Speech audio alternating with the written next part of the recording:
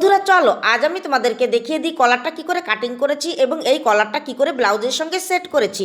তার আগে বলে দিই এই ব্লাউজটা কাটিংয়ের সময় কলার কি করে নিবে, তোমরা কতটুকু নিবে আমি কিন্তু আমার গলায় মাপ দিয়ে দেখিয়েছিলাম, তোমরা একটু ভিডিওটা দেখে নেবে। এখানে দেখো এসেছে 14 ইঞ্চি লম্বা এবং 1.5 ইঞ্চি চওড়া আমি একটা কলার বা বক্রম কেটে নিয়েছি।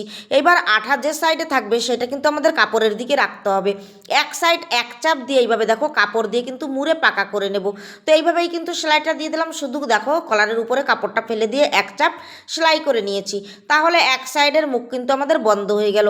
এইবার দেখো কলারটা চারপাশে আমি সেলাই দিয়ে লাগিয়ে নেব, আর তোমরা যদি আয়রন দিয়ে প্রেস করে নাও আঠা লেগে যাবে, তাহলে কিন্তু এইভাবে সেলাই করতে হবে না। তো আমি দেখো চারপাশটা সেলাই করে এইভাবে লাগিয়ে নিয়েছি। এইবার আমি কাপড়টাকে ভাঁজ করব। তো এইভাবে ভাঁজ করে দিলাম, ভাঁজ করে দেখো এইবার আমি উপরটা পাকা করব। তো উপরটা পাকা করার সময় প্রথমে কিন্তু কলারের এই নিচ থেকেই সেলাই দেবো। যেমন করে দেখো বক্রম আছে তেমন করেই সেলাই দেবো, কিন্তু বক্রমের উপর দিয়ে সেলাইটা পড়বে না। বক্রম থেকে দেখো আমাদের এক সুত বাইরে গিয়ে কিন্তু সেলাইটা পড়বে। এইখানে আমার কাপড় কম ধরেছি তাই তোমরা অতটা বুঝতে পারছো না, এই সাইডে বোঝা যাচ্ছে দেখো। এইভাবে কিন্তু ঠিক আমাদের কলারটাকে সেলাই করে ভাঁজ করে সেলাই করে নিতে হবে। এবার আমি দেখো এইখানে কিন্তু মুড়ে দেব।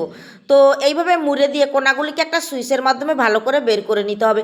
তোমরা ব্লাউজ বানানোর পরে তোমাদের কাটুরিটা কি উপরের দিকে উঠে যায়, সমাধান পেয়ে যাবে আমার কাছে।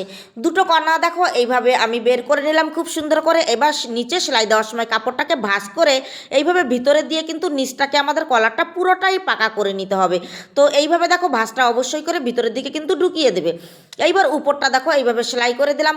তোমরা যদি আমার সঙ্গে অনলাইন ক্লাস করতে চাও স্ক্রিনে দেওয়া নাম্বারে যোগাযোগ করবে, ব্লাউজ কাটিং থেকে শুরু করে বিভিন্ন ধরনের সমস্যা কিন্তু পেয়ে যাবে। তো এইবার দেখো খোলা যে সাইডটা থাকবে সেটাকেই কিন্তু কাপড়টা এইভাবে ভাঁজ করে দিয়ে ভিতরে দিয়ে কিন্তু খুব সুন্দর করে সেলাই দিতে হবে, তাহলে কিন্তু নিচের সাইডটাও তোমাদের পাকা হয়ে যাবে। তো এইভাবে কিন্তু পাকা করে নিচের সাইডটা সেলাই করে দিতে হবে, কারণ এই কলারের মধ্যে আর কোনোই সেলাই পড়বে না। এবার দেখো আমি কাপড়ে কি করে বসাবো, যখন আমরা লাগাবো ব্লাউজের গলার সঙ্গে তখন কলারটাকে আগে মিডিল বের করে নিতে হবে। তো আমাদেরকে দেখো এইভাবে প্রথমে আমি মিডিলটা বের করে নিলাম। এইবার ব্লাউজের দুটো কাজ জয়েন্ট করার সময় কিভাবে জয়েন্ট করব দেখো, আর্মহোলের সাইড থেকে কিন্তু জয়েন্ট করব। তার আগে সামনের পাটটা আমি কিন্তু পাকা করে নিয়েছি এবং পেছন পাটে যে দেখো জয়েন্ট করার পরে যে জায়গাটা ছিল আর্মহোল থেকে সেলাই করার পরে ওইটা থেকে গেছে, ওইটা কি করব এইবার দেখো এইভাবে উল্টো দিকে এক সুত পরিমাণ সেলাই করব। কোনো টানাটানি করা যাবে না, তাহলে কিন্তু কাপড়টা বেড়ে যাবে, ফিনিশিংটা একদমই ভালো আসবে না।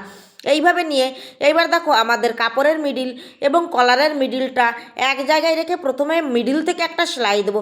যদি ভিডিওটি পরবর্তীতে দেখে দেখে করতে চাও টাইম লাইনে শেয়ার দিয়ে রাখবে, এই ধরনের ভিডিও পেতে হলে পেজটিকে ফলো করে দেবে।